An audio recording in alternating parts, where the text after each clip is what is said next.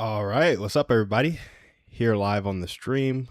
I'm pretty sure everything is live right now, but we hopped on a little late because sometimes your stream key gets messed up and that can just be super irritating. But I'm figuring out this is like day 4, maybe day 5 of me actually streaming. And of course, every time we come on the stream, we're coming to talk about a few things. We're coming to talk about community, communication.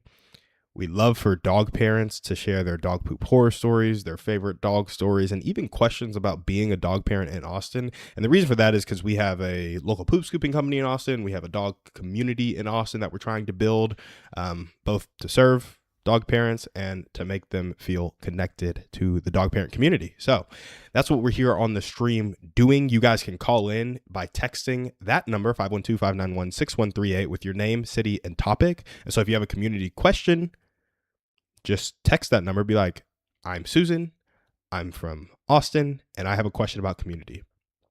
And then we'll call you up and bring you on the stream, and I'll put the phone up to the mic so everybody can hear you, so I can hear you, and then we can try to answer that community question, that communication question, or just share your dog poop horror story and favorite dog story. So what I'm trying to do in the future is get this to a point where you can actually come on the stream with video, because we would love to get you on, your dog on, and have them influence how we trade or something in the future. But we have to figure out some of the technical background of that, and it's just me. And I'm not a technical dude, but I will figure it out, and then we'll try and get it going. When people aren't calling in, which, we're at the start of the stream, so not enough people know about it to call in yet, we'll just talk about what we feel about community primarily, but also communication. If any communication tips come up, I'll talk about it, try to spread some wisdom if I have any, and then we will go from there. But first, I'm gonna try and call my brother because he always likes to join the stream. Let's see if we can get him on. Well, we always trade together every morning, and I try to get him on.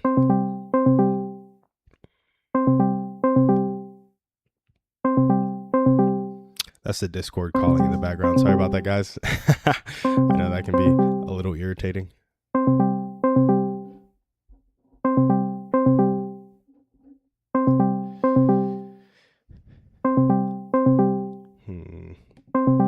Maybe we won't catch him.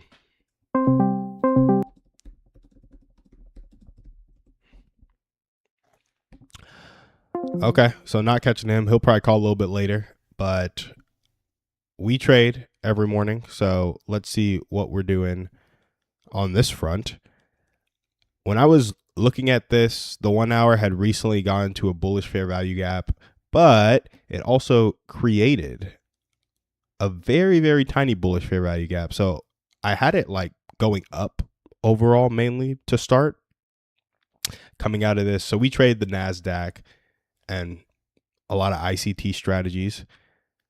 You can look up Inner Circle Trading on YouTube if you want to know his strategies, his 2022 mentorship specifically. But coming out of the 7 p.m. bullish fair value gap, we figured we'd take a trade up. Bullish means up. There's a fair value gap telling us to go up. I thought this was going to go up, but then we created a fair value gap telling us to go down. So now I'm a little conflicted, and I need a lot of proof that we're going up before I take a trade up. And so we might be able to get a trade today. We might not. It just depends, but I'll be watching it back and forth. That's kind of the update on the market. As you guys know, the market has been making new highs, but we do less market updates and more, since we're just scalping, greater market sentiment doesn't come into play as much. And it looks like we have a lot of news today, but the timelines are tentative. So I don't know how that will affect the market. All that being said, let's go ahead and jump into community, I guess. We have no call-ins yet. Let me check my phone. Nobody's calling in. Stream is live.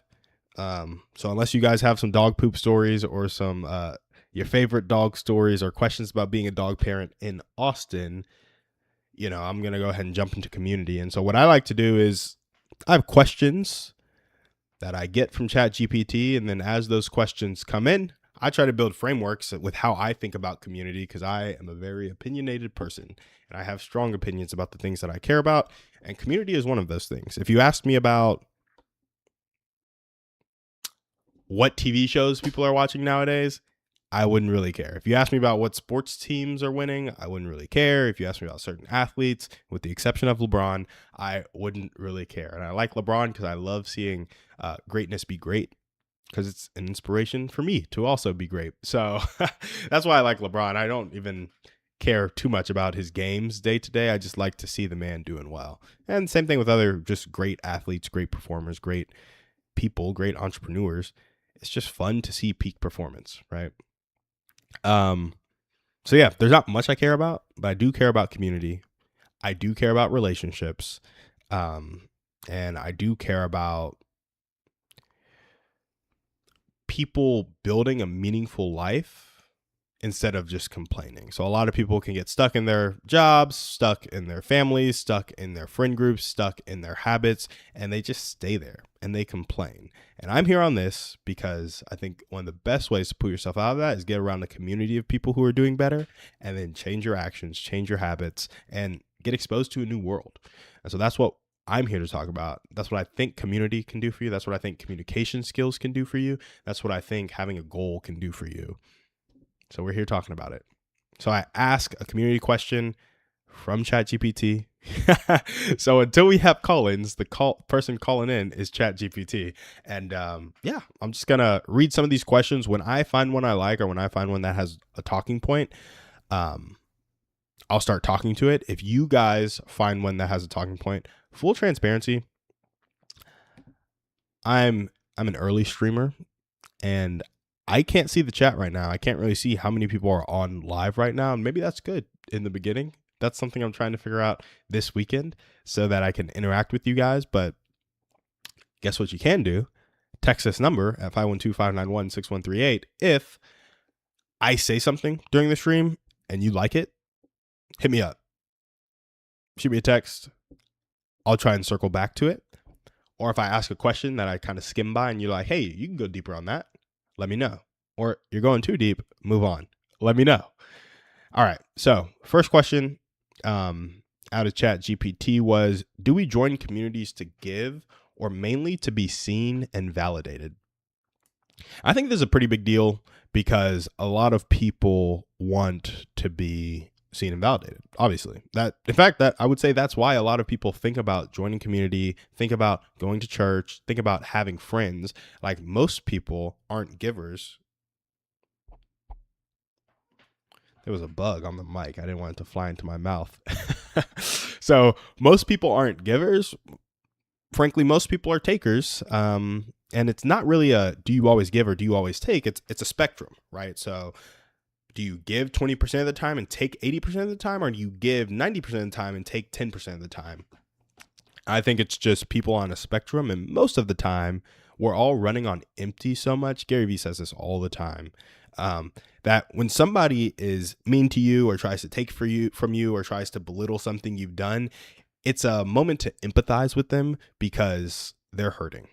And my mom used to say it all the time as well, hurt people hurt people. And so when you see somebody who's taking a lot and they're not giving, it's not that they're inherent takers. Yes, sometimes people are, sometimes people won't change. I think with enough love, anybody can change, although I don't think it's always me who needs to do the loving. However, when there are people who are doing a lot of taking, it's not necessarily that they're a bad person. It's primarily that their cup is empty. I think a lot of us run around on empty cups. And so when we're going to do activities outside of the activities that are already emptying our cups, we're looking to be filled back up. And so when we join communities or join friend groups or join hobby groups or whatever to take or to be seen and be validated, it leads to us wanting something from people without first giving something to people. And I don't know if you guys are big on the law of reciprocity and human nature and stuff like that, but just test it out. Like I do a lot of poop scooping, right? I wish I did more poop scooping, honestly, but I do a lot, and that's part of why I'm on the stream. marketing so that if you're in the Austin area and you have a dog and you don't like picking up that poop because you want to spend more time with your kids, or it's just too busy because you're working too much, or it's just tough because you don't like the Texas heat, let me know, because I don't mind Texas heat and I'll come do it first one for free. And I do a lot of those free poop scoops. And it's funny because a lot of people don't let you walk away having done a free poop scoop. Like, you mark it on the like Facebook ads. Hey, I'll come do a free poop scoop. On this stream, I'll come do a free poop scoop. With the little door stickies I put on people's doors, hey, I'll do a free poop scoop. And they're like, yeah, come do a free poop scoop. And then I come to their house. I pick up all the poop for free. Sometimes it takes 30 minutes. Sometimes it takes 2.5 hours. Depends on the yard. And then afterwards, they either sign up to pay because they're like, oh, I can't let you do all that work and get nothing from it, because they know what I'm trying to do. They know I'm trying to build a business.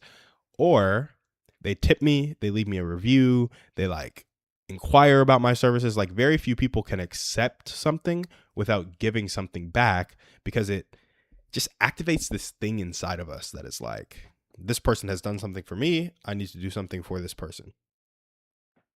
And that's a lot of reciprocity. And so I think a lot of us don't engage that law. And calling it a law is so weird. It's just this like innate human thing, right? A lot of us don't engage reciprocity when we're trying to join community. And we don't have any delayed gratification when we're trying to join community. It's like, hey, is this community seeing me? Is this validating me? Like right now. And if it's not, we go somewhere else. And maybe this is because, you know, our phones validate us and cause us to be seen, or feel seen at least, so much, because it caters up exactly what you want. But relationships with real people, that's a different thing. And I'm checking my phone to see if there are any call-ins. No call-ins, no texts right now. But yeah, so I think when we join communities, it's mainly to be seen and validated. And that hurts us because it might be a good community. It might be good people. It might be exactly what you need. It might not be. But you never really know until you took the time to give. I think that's the important piece. When we're joining communities, we need to join to give first, as opposed to being seen and validated, such that we can see who people, and this is a little controversial, but see who people truly are. Because you might be seeing people at their worst, or at least in the context of your relationship with them, at their worst, because they don't trust you, they don't know you, so why would they interact with you? Why would they make the effort to see and validate you? And at the same token, you don't know them. So why would you make the effort to see and validate them? That's where my answer is Jesus Christ. Like, we love because he first loved us, you know, the power of the cross. That's my answer for that. Like, I know how much I'm loved. I know how much he loves other people, because I know how much he loves me, and he loves other people the same. And I know how much he wants me to love other people, because that's what he commands us to do. And so I could take the time to see and validate people first, because I was loved first. But, you know, it's not just God for everybody. Like, some people have really good parents who just taught them to love, because I think love is one of the most natural human things. So like Gary Vee, man, has a ton of compassion, a ton of empathy, and he attributes it to how he grew up. Like, I don't think he's religious at all. I don't think he follows Jesus at all, and that's okay. He still does a great job loving people. And yeah, I think it's innate to humans, and you can't get away from that. So when somebody's not being loving, maybe they need to be loved. We got to clip that one. That was I felt that one. I don't know if you guys felt that one, but I kind of felt that one. So yeah, I think we join communities to be seen and validated when we need to join them to give first. But the only way we can give is when our cup is filled up. And so the only way we can get our cup filled up is when we are joining a community. So what do you do? This is a great question, actually. What do you do when your cup is empty and you have nothing to fill it up, but in order to be filled up, you have to give first? This is an interesting one. So this is a scenario where Think about this. You go to your 9 to 5 every day, or your 8 to 4, or your 8 to 6, depending on who you are. You know who you are. I kind of have a 7 to 7 most days, or 7 to 5. I would say 7 to 6 maybe. But yeah, so maybe you're working a lot because in America we feel like we're all on the hamster wheel sometimes, right? And your cup's on empty. But you get up in the morning, you have to work out because you got to take care of your body, and that doesn't really fill you up. It feels like a grind. In fact, it's leg day, and squats make you anxious like they make me anxious. Okay, so now you've done a leg day. You hated it, but you grinded through it. Now you go to work.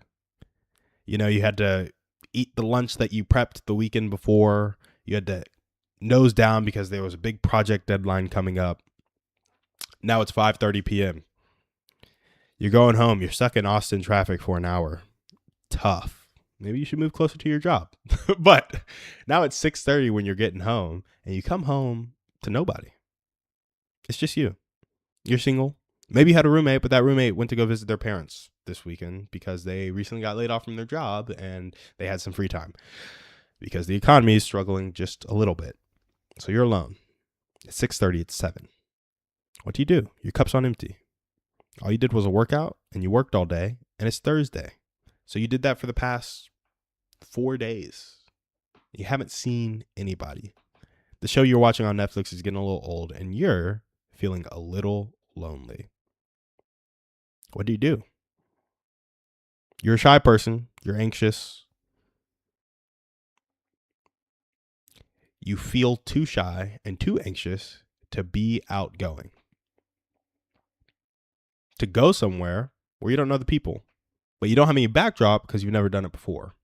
And maybe you just moved to the city a year ago and you had great community 3 years ago, but you had to leave them because you changed jobs.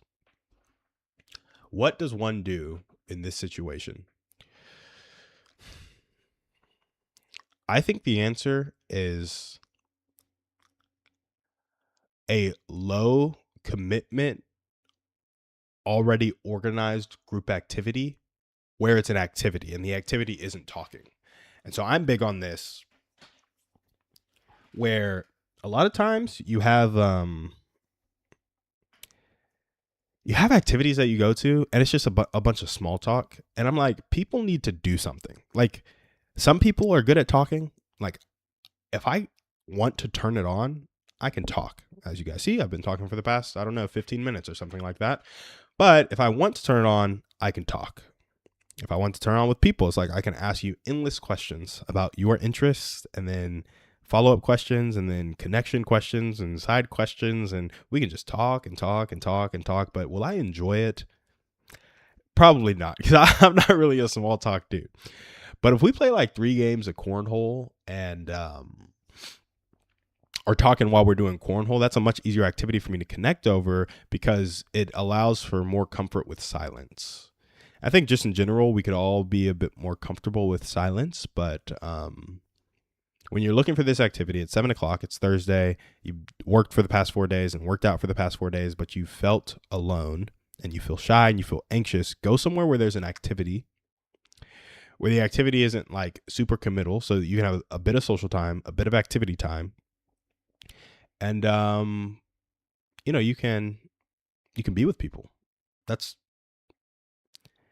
really what I think you do the first time, just to get out, just to be with people, just to start having a shot at having that social cup filled up, or that fulfillment cup filled up, or the loneliness cup filled up, the connectedness cup.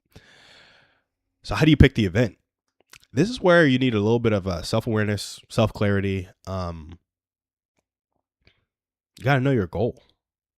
You got to know what you're going after.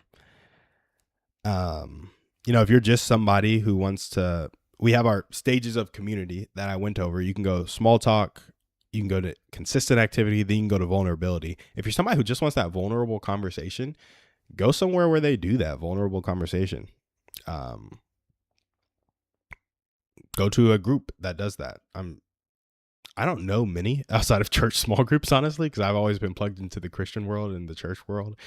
But I'm sure there are groups out there where, they do an activity and they talk a little bit and it's a really chill vibe, or there's at least groups out there that do activities, and then naturally people talk. And so go where like people bowl once a week for 2 hours, or they go rock climbing, or they go horseback riding, or they go hiking, or they do dog walks. We do dog walks regularly in the Austin area. Or maybe it's a movie night that's at a bar, so it's pretty chill and you can like grab drinks and talk to people. Or, you know, maybe it's like watch a show and get dinner after. Or it's like, I think there was a service that randomly matched up 5 to 15 people for dinner in Austin every month, and it was like a pretty cheap service, but like pay for somebody to organize the thing for you and then like go do the thing. But that's if you just want vulnerability. If you ultimately want to like solve that cup being filled, solve that loneliness, solve that fulfillment issue, I think you have to know the goal you're going after and find some people who are also going after that goal. That might be building a business. That might be helping a certain nonprofit. That might be helping a certain person with a certain problem. That might be the work you're doing. And you just need to find people who are going the extra mile at work and spend time with them afterwards. That might be working out because you're focused on getting fit, but it's probably something with your health, your wealth, or your relationships. And it can be relationships with people you don't know, relationships with people you do know, but there's probably some sort of problem that breaks your heart or problem that's top of mind for you right now that you can get into a community of people that are trying to solve that problem. And when you do that, you can start spending time together, start spending money together in a meaningful way. And you can always enter into that community in a slow and small way. So I think that's super cool. And we also talk about communication on this show. So what do you do when it comes time to communicate with that group of people? I think the best thing is just ask questions. Ask people about what here's the best communication tip ever. People love to talk about themselves. So you don't even have to communicate. You really just have to ask them about what they care about. That's pretty much it. In fact, there are going to be other communication tips that I bring up, but I would say this is like the number one in any communication. Like, think about what the person cares about and ask them about that. And then in situations where you're not just talking and you're more like on opposite sides of the table or trying to be on the same side of the table, figure out what the person wants and try to get them that.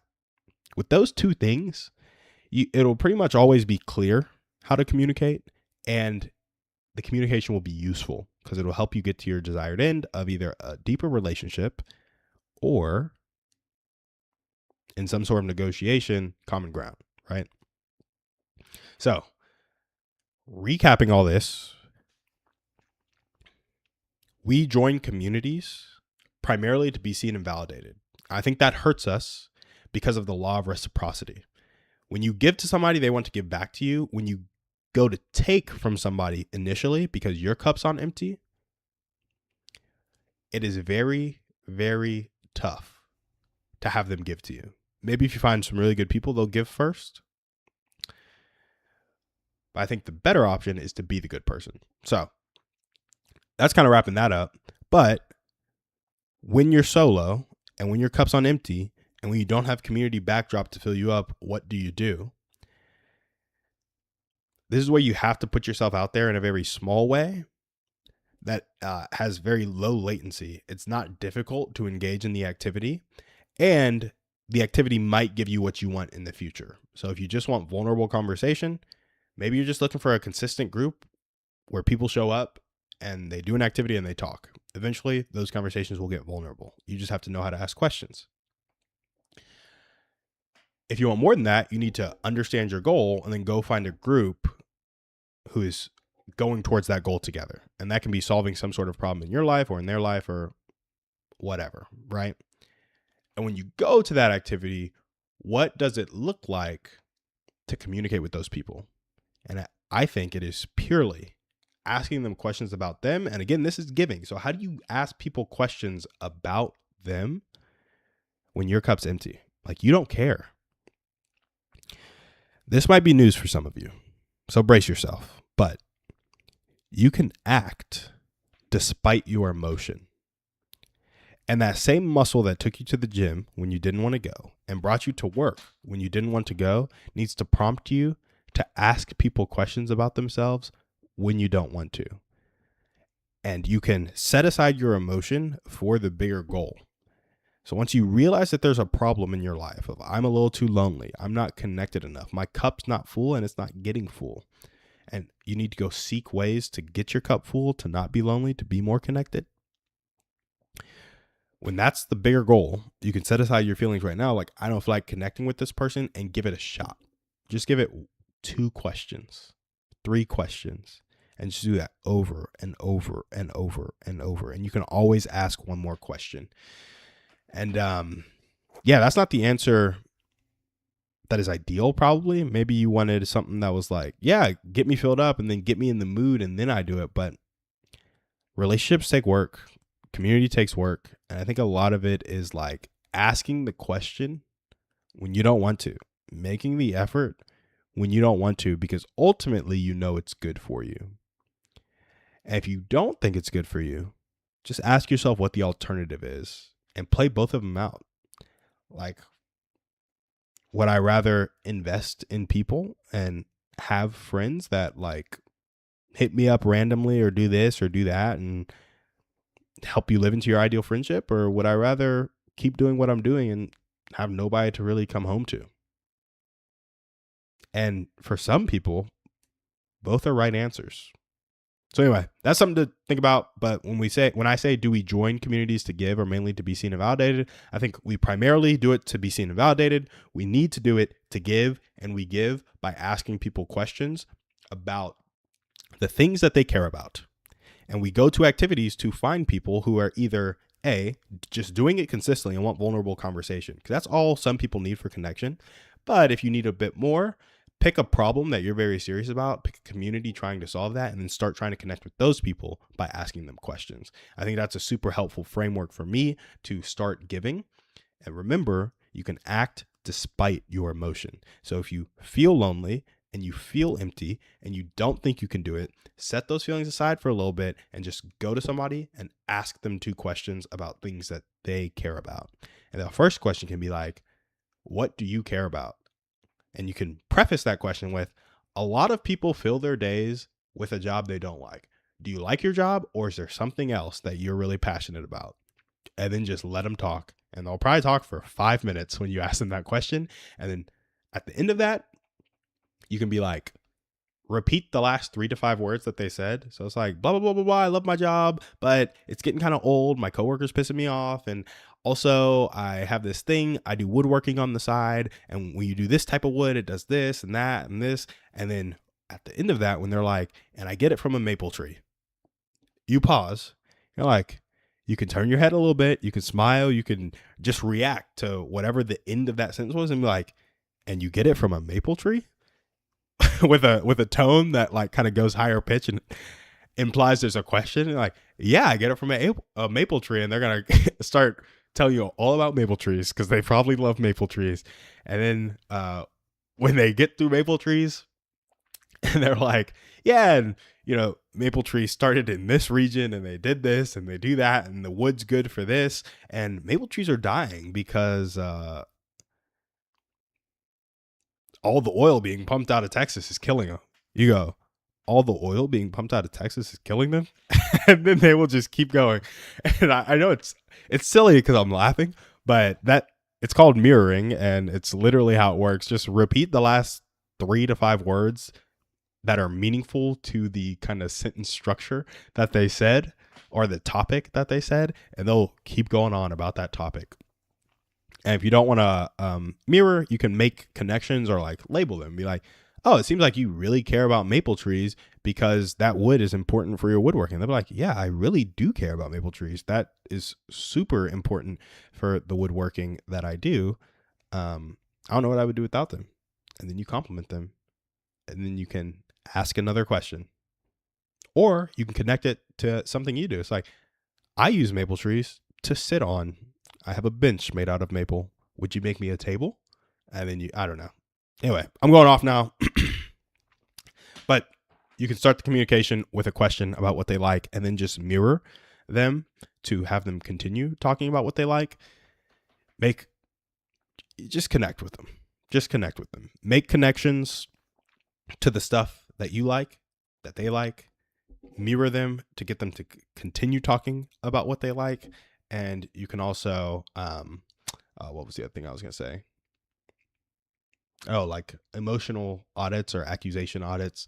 This is from like Never Split the Difference by Chris Voss. He taught me how to mirror. He taught me how to label, be like, hey, it seems like you feel this way because of this. And then making connections is just a natural thing that I picked up from studying human communication. But I'm sure a lot of people do that. That's nothing crazy. And so put your emotions aside, lock in, go ask the 2 questions. Talk to somebody for 10 minutes and then watch the joy pop up in their face and be like, nobody ever listens to me about my woodworking. Thank you. And that's when you'll get hooked. So anyway, that's the first question on our communication segment. We jumped into our community segment. We jumped into a little bit of communication. I'm going to check the markets to make sure I didn't miss a trade because I might have. Let's see.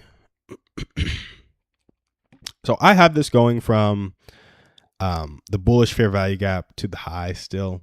Now it's a little weird because there's a bearish fair value gap right above us that's forming. So I would at least have it going from this bullish fair value gap into this bearish, but there's been no CISD that is meaningful to me. I mean, there was kind of a trade with a fair value gap and a CISD, but I missed it, and it looks like it's primarily losing anyway. It's like halfway towards the stop loss. So it's not done yet, but it's just too bearish for me to take it up, but it's too bullish for me to take it down, which I know sounds ridiculous, but that's kind of where I'm at, which is, well, I kind of wish Theo was on here because he's a better trader than I am, and he might have some more clarity for the market. He might be like, yeah, you should have shorted this 12 minutes ago and you would have made some money. So anyway, that's that. But back to the stream, our regularly scheduled programming.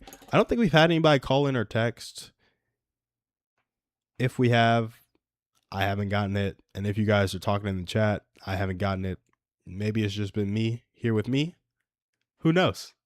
I don't know, but I'm having a good time talking about community and such because I like it. But yeah, something I want to do in the future on this stream.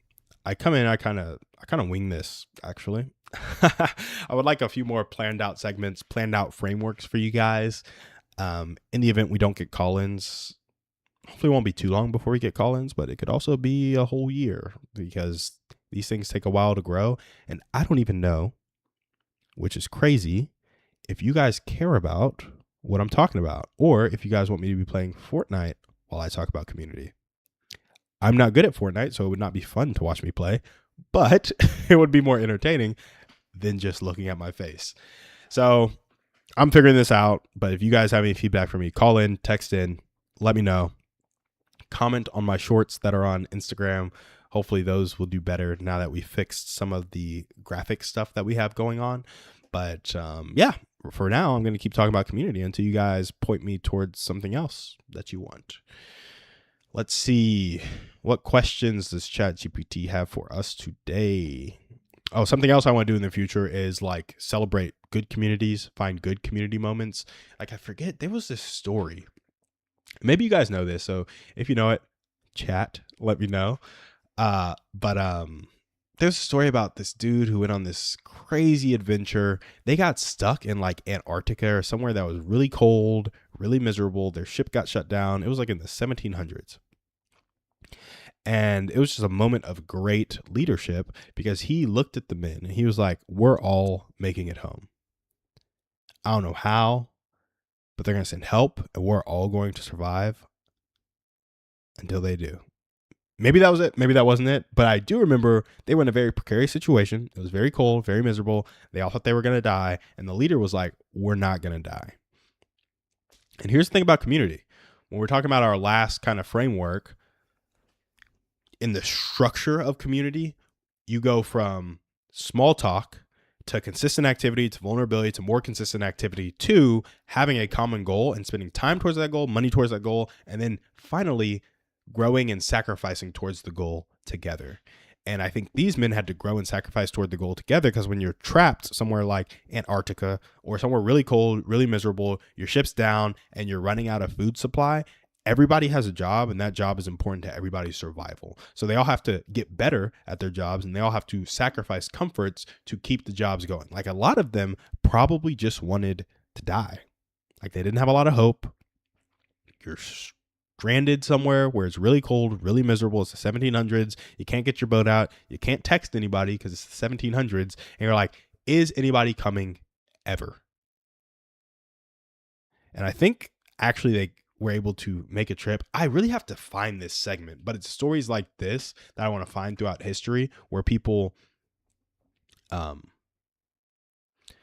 came together, went through something really hard, so it gave them a common goal. Like, most people don't have a common goal because they don't have a common enemy. Like, when you have a common enemy, it's very simple to have a common goal. It's like, we're taking him down. We're not dying. We're doing this. That's why sports is easy. That's why war is easy. It's like the common goal is so clear and has very clear consequences. So I thought that was a cool story. They made it through. The leader got together. He showed no weakness, and he was like a pillar of strength for the men. And then they rallied around that pillar and they fought for their survival.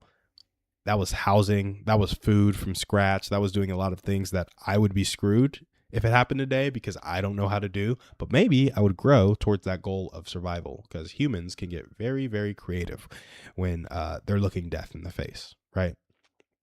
Hopefully I'd get there, and hopefully I'm never in that situation. Even that's a bigger hopefully. So yeah, I want to share stories like that, tidbits from books. I think Life Together by Dietrich Bonhoeffer is another one. Maybe not. But I think he was stuck with a bunch of Christians during the Holocaust and being pursued that way. And so, yeah, there's just some things that I'm trying to, I don't know. I would love to highlight good community, because I think the best way to find good community is to get good examples. And even if I find some examples in Acts in the Bible, that there's some I can think of right off the bat, but that would be cool to share too. Also, guys, my laptop is worth $250 and I bought it 8 years ago. So maybe if this stream pops off, I'll get another one, but I'm sure it lags sometimes. I'm sorry. Let this produce 10 poop scooping clients for me, and then I'll get another computer. Maybe 20 poop scooping clients. Don't know exactly how the math will work out on that one, but once it does that, I think we'll be good to go on getting a new computer, and the stream should be better. So question we went through is, do we join communities to give or mainly to be seen and validated? Kind of went through that. Can a community exist without shared struggle, or does comfort slowly kill it?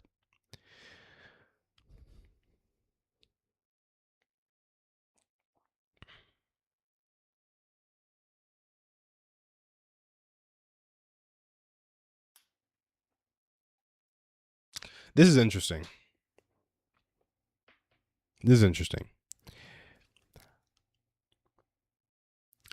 I think no.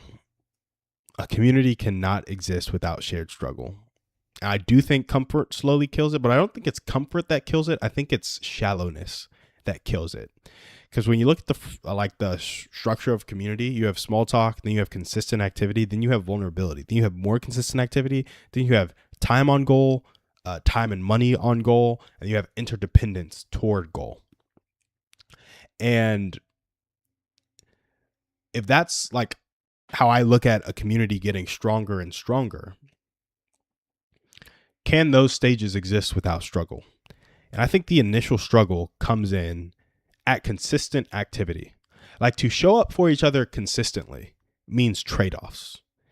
And that trade-off in and of itself, even though it's 4 hours a week, going to church every week and going to small group every week, it gets annoying for me sometimes. I've been doing it my whole life, and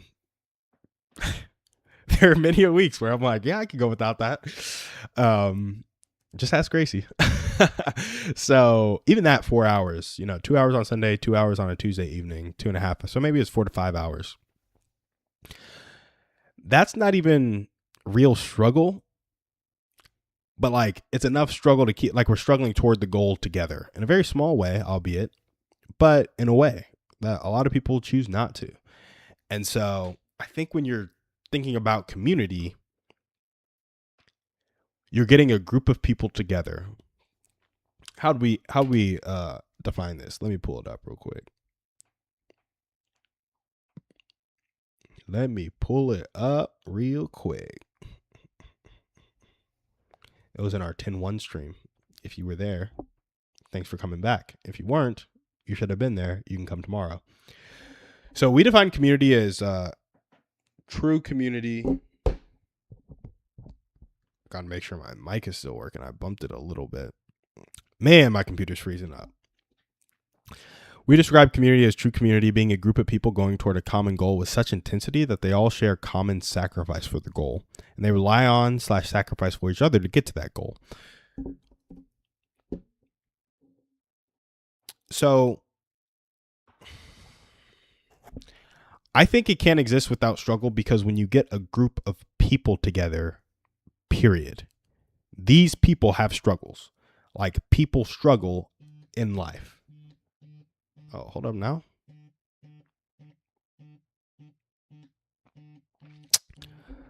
My brother's calling me on Discord, but my computer's not showing it because it's freezing up on me.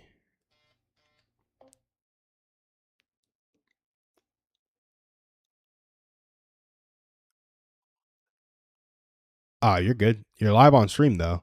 However, I don't think my stream is actually going right now. Or it's frozen because my computer's frozen. I know. It's so bad. So, anyway.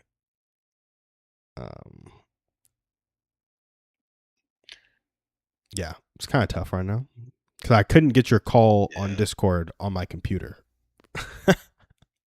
But it was popping up on my phone. That's weird.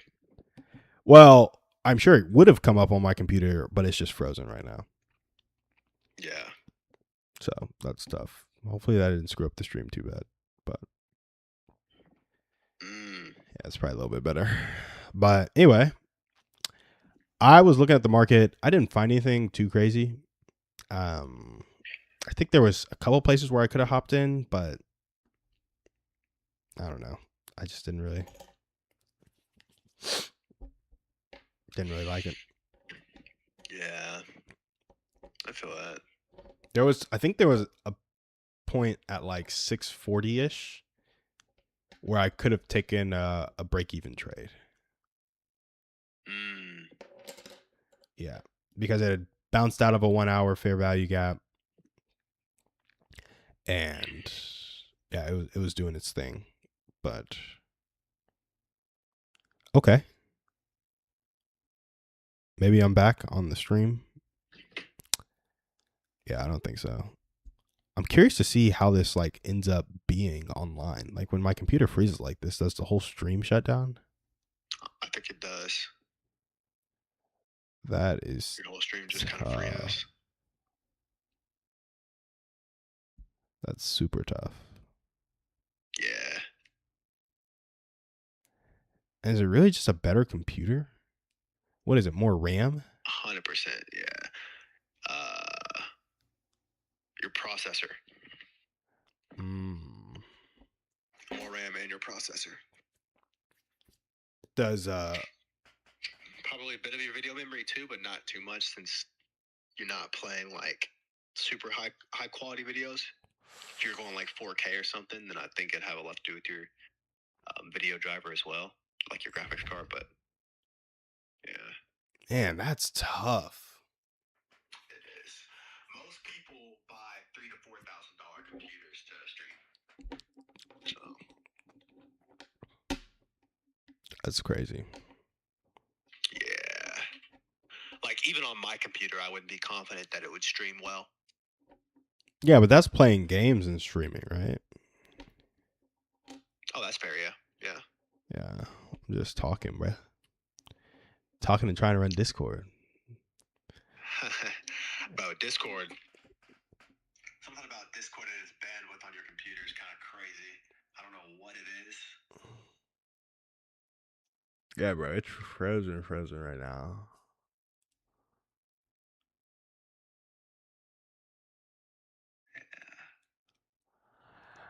That sucks.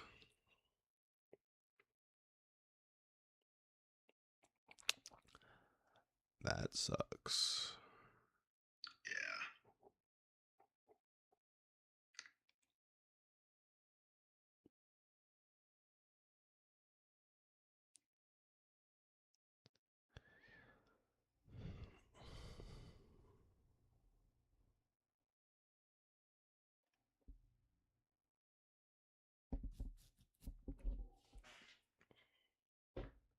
Hmm.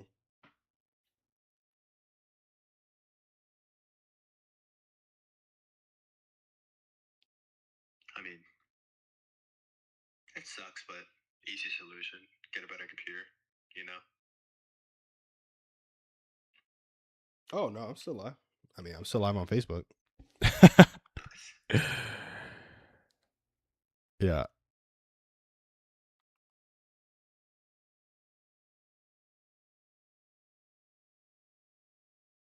Well, for those who are listening on Facebook, sorry, my computer's frozen, and I was trying to troubleshoot. Well, cool, bro. I mean, do you see any trades? No, Yeah. not at all. Definitely not.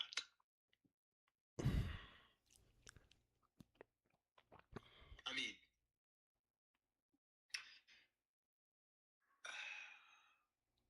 it's like for those who want to know what's going on, I would say, this. We changed our state of delivery on the 1 hour chart, right? We went from Thursday, October.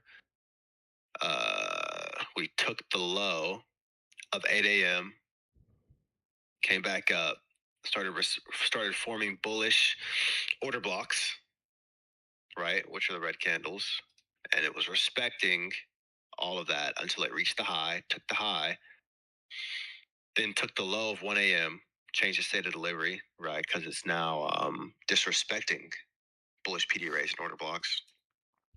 So there's a good chance that it trades all the way down to the low of 17, which is 5 p.m. Sorry, I'm on. Was it Army time? Yeah. Yeah, so there's a good chance it trades all the way down to that low. But yeah, there's also a good chance it pulls back, fills a PD array, order block, fair value gap, and then continues to down to the low. So the thing to do would be to just wait until it fills some internal liquidity, and then trades lower to external. Then if it hits some external, just trade it back up. Yeah. Yeah, but right now, presently, there is no trades by the way that we trade. No, I feel that. All right. Well, the question on the docket right now Did you have a is, question? yeah. Well, been on stream for 48 minutes, bro. Think I just been staring at the camera? The question on the docket right now is, it's a question ChatGPT came up with. This isn't a call in. Mm-hmm. Is, can community exist without struggle, or does comfort slowly kill it off? I said that community cannot exist without struggle because people have struggles. And if you're in community and you're not like bearing those burdens together, it's not a real community. I agree. Yeah. Yeah. That's pretty much how I felt about it. And I don't know. I thought that one was pretty simple. And then Yeah. the one before that was, let's see. I went off on this one for a while.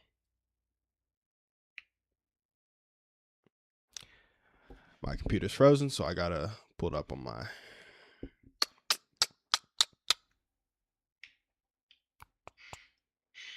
Oh, do we join communities to give or mainly to be seen and validated? Be seen and validated. Yeah, that's what I said too. But then I started talking about the dangers of that and why it's so pointless, or not pointless, but ineffective. Mm. Yeah, Okay, break it down. Oh, you already talked about it. I did talk about it, but I can give you the rundown again. I mean, basically, I was saying there's a law of reciprocity in humans, and I went through how I give away free poop scoops. People tip me even though it's free. So when you give stuff to people, they often want to give stuff back, but when you go to take first, all they do is get defensive and like they don't want to give you stuff. And that's just how people work. And it's tough to really go into a community to try and be seen and validated when that is somebody giving to you without you giving to them. Mm. So that's kind of what I went through. And then I said, so what do you do when you're like that lonely person who's struggling and who is has no community backdrop? So their cup's on empty, so it's super hard to give. But you need to be seen and validated to have your cup filled up. What do you do? Then I kind of walked them through some stuff, but I'm curious if you have anything you want to say to that question or to my answer to the previous question before I tell you what I said. Mm. I do not. Not presently. Interesting. You have nothing to tell people for what they should do if they're feeling empty and they have no community to fill them up? You don't have to. I'm just making sure you understood the question.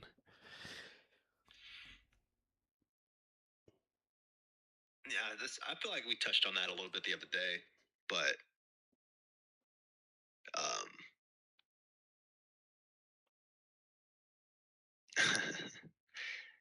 I I hate to give the simple answer.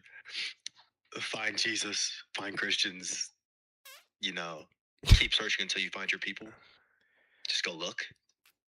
All right, bro. But I got to challenge you on this because not everybody's Christian. In fact, there are a lot of people who hate Christians.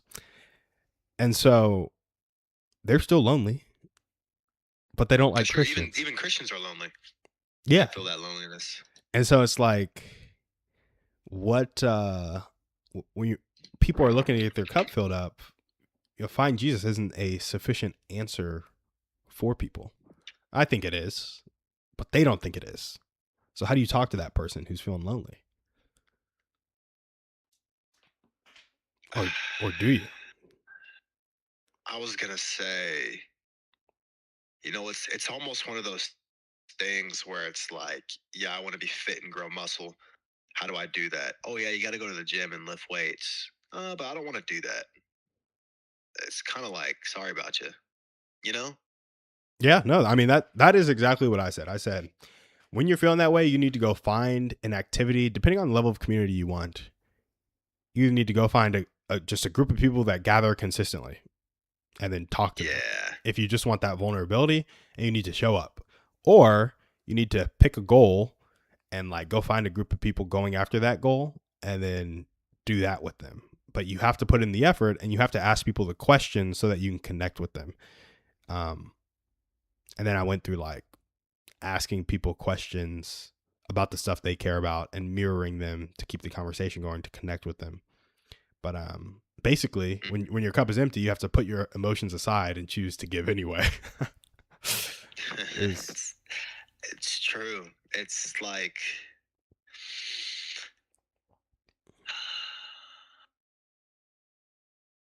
you just gotta. Sometimes, it's so funny. Sometimes the answer is you just gotta power through, like legit, which is a hard answer. Right. Yeah. Going back to the gym analogy, it's like, okay, I'm at the gym and I'm doing stuff, but I'm not really gaining any muscle. Okay, well, it's like, are you adding more weight? Are you tearing those muscles? Right? Sometimes you just gotta power through and do what's hard. Yeah. To get to where you want to be. That's just it. No, it's facts. It's facts. Yeah. Well, cool, man. Oh, this is another thing that I would love to get your thoughts on in the last 2 minutes. I went through the stages of community as I see them yesterday. Mm-hmm. And the first stage is like small talk. Second stage is, I'm forgetting my stages already. First stage, small talk. Second stage is consistent activity together. Third stage is vulnerability. Fourth stage is more consistent activity together. Fifth stage is like time towards goal. Sixth stage is time and money toward the goal. And then seventh stage is interdependence toward the goal. What do you mean by interdependence toward the goal? Growth and sacrifice together toward the goal. So when you're interdependent, Gotcha.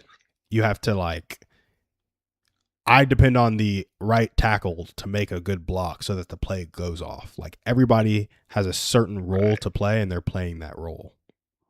Or I'm depending on them to play that role. And we're all skilled or growing in skill at our role. Mm-hmm. Yeah.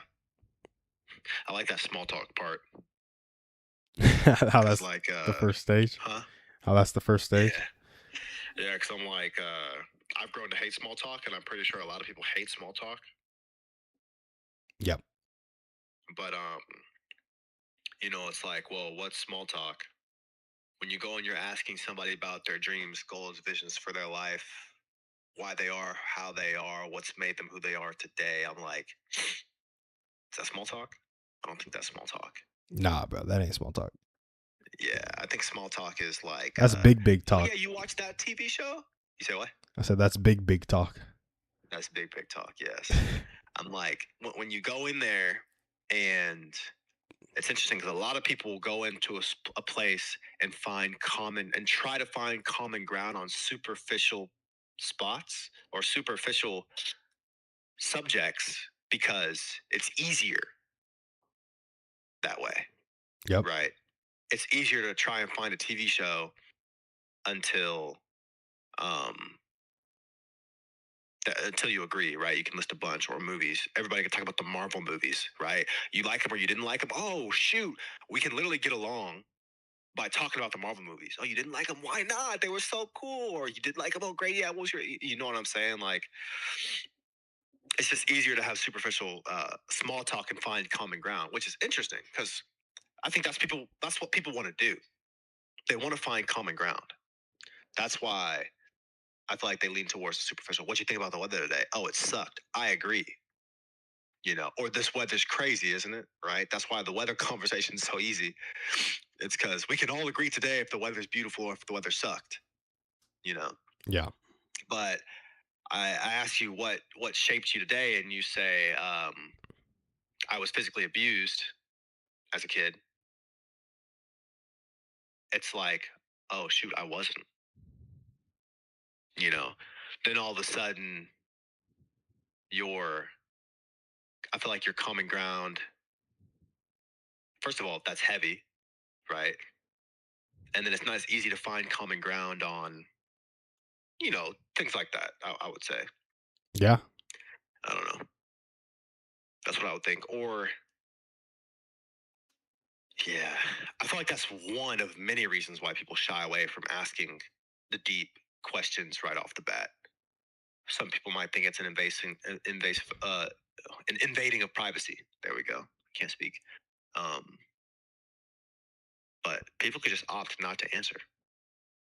Yeah. That's what I implore people.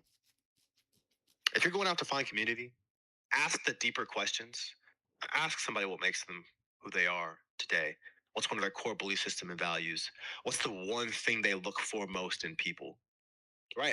Ask them these questions. And if they don't want to answer, fine. That's probably not somebody you want to. No, that's crazy.